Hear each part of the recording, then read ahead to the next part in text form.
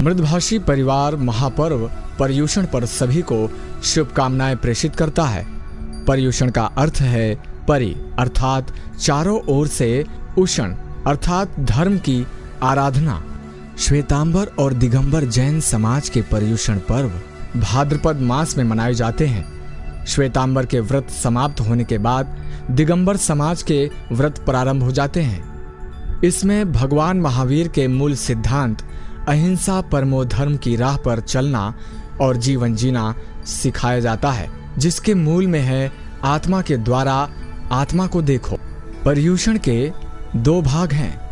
पहला तीर्थंकरों की पूजा सेवा और स्मरण करना, और दूसरा व्रतों के माध्यम से शारीरिक मानसिक व वास्तव में स्वयं को पूरी तरह समर्पित करना।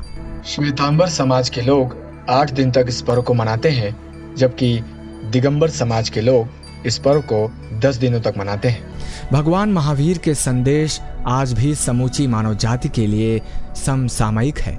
भगवान महावीर का कहना था कि तुम ही अपने जीवन के कारण हो, जिसका मर्म यह था कि प्रत्येक व्यक्ति अपने जीवन का, अपने सुख दुख का, अपनी परिस्थितियों का कारक है।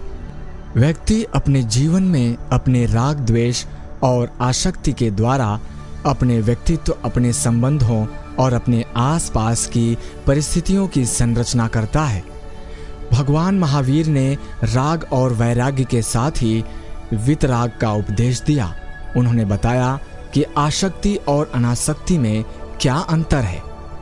किसी विषय, व्यक्ति, वस्तु, वैभव, धन संपत्ति, मान सम्मान के प्रति राग अनुराग से जब कोई व्यक्ति अपने आप को जोड़ लेता है, इस मोह को, इस राग को भगवान ने आसक्ति कहा है, और इन्हीं विषयों से विमुखता या द्वेष को वैराग्य या विराग अथवा विरक्ति कहा गया है। लेकिन भगवान महावीर राग और वैराग्य दोनों से ऊपर मानव जीवन यात्रा की एक और दृष्टि देते हैं, जिसे उन्होंने वितराग का नाम दिया है। मान लीजिए किसी का राग अथवा आसक्ति धन में या किसी व्यक्ति में है, वह अपनी समस्त जीवन ऊर्जा उस ओर लगा देता है, अर्थात धन या उस व्यक्ति के लिए अपने पूरे प्राण अर्पित करता है। इसी तरह से जब कोई किसी विषय से द्वेष अथवा विराग या वैराग्य रखता है, तो भी वह अपनी जीवन ऊर्जा दूसरी दिशा में लगा देता है।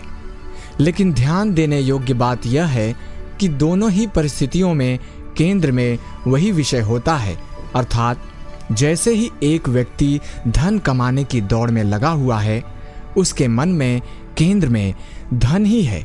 वहीं इसके ठीक उलट अगर कोई व्यक्ति जिसने धन त्याग दिया है, वह भी धन से दूर भागने की कोशिश कर रहा है, धन से विरक्त हो गया है, लेकिन उसके मन के केंद्र में भी धन ही है, वह भी धन से ज्यादा दूर भागता है। कई साधु इस प्रकार से मिल जाएंगे जो धन को छूते भी नहीं हैं। उनके सामने धन रख दिया जाए तो दूर हट जाते हैं और कहते हैं कि मैंने यह धन त्याग दिया, इसे हटा लो। लेकिन केंद्र में विषय धन ही है। एक व्यक्ति दूसरे व्यक्ति से राग लगा लेता है, आसक्त हो जाता है। वहीं वैराग्य लिया हुआ साधु इस प्रकार के संबंध से दूसरी दिशा में विरक्त भाव से पलायन करता हुआ प्रतीत होता है।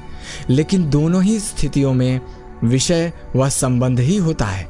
एक आसक्त, दूसरा विरक्त, एक रागी, एक विरागी।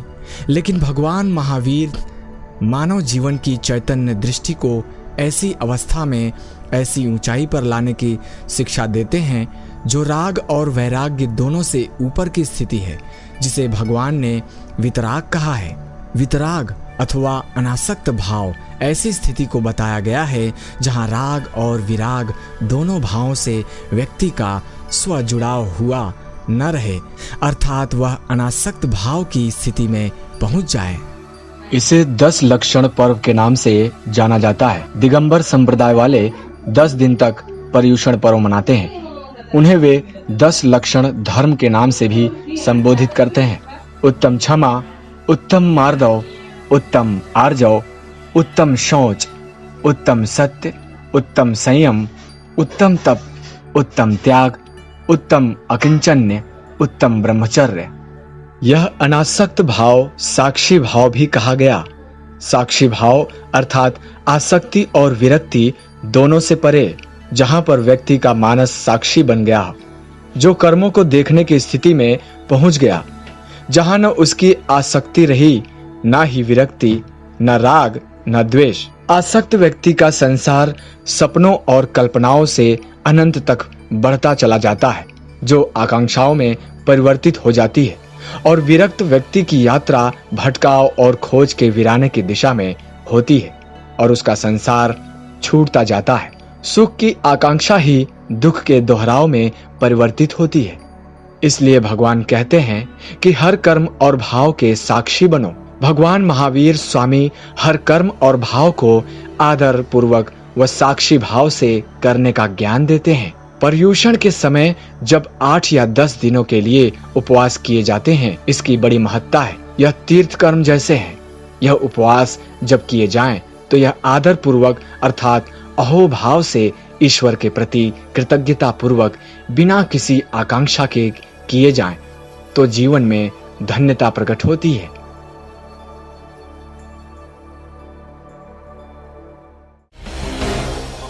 ताज़ा खबरों के लिए हमारे चैनल को सब्सक्राइब कीजिए, लाइक कीजिए और शेयर कीजिए।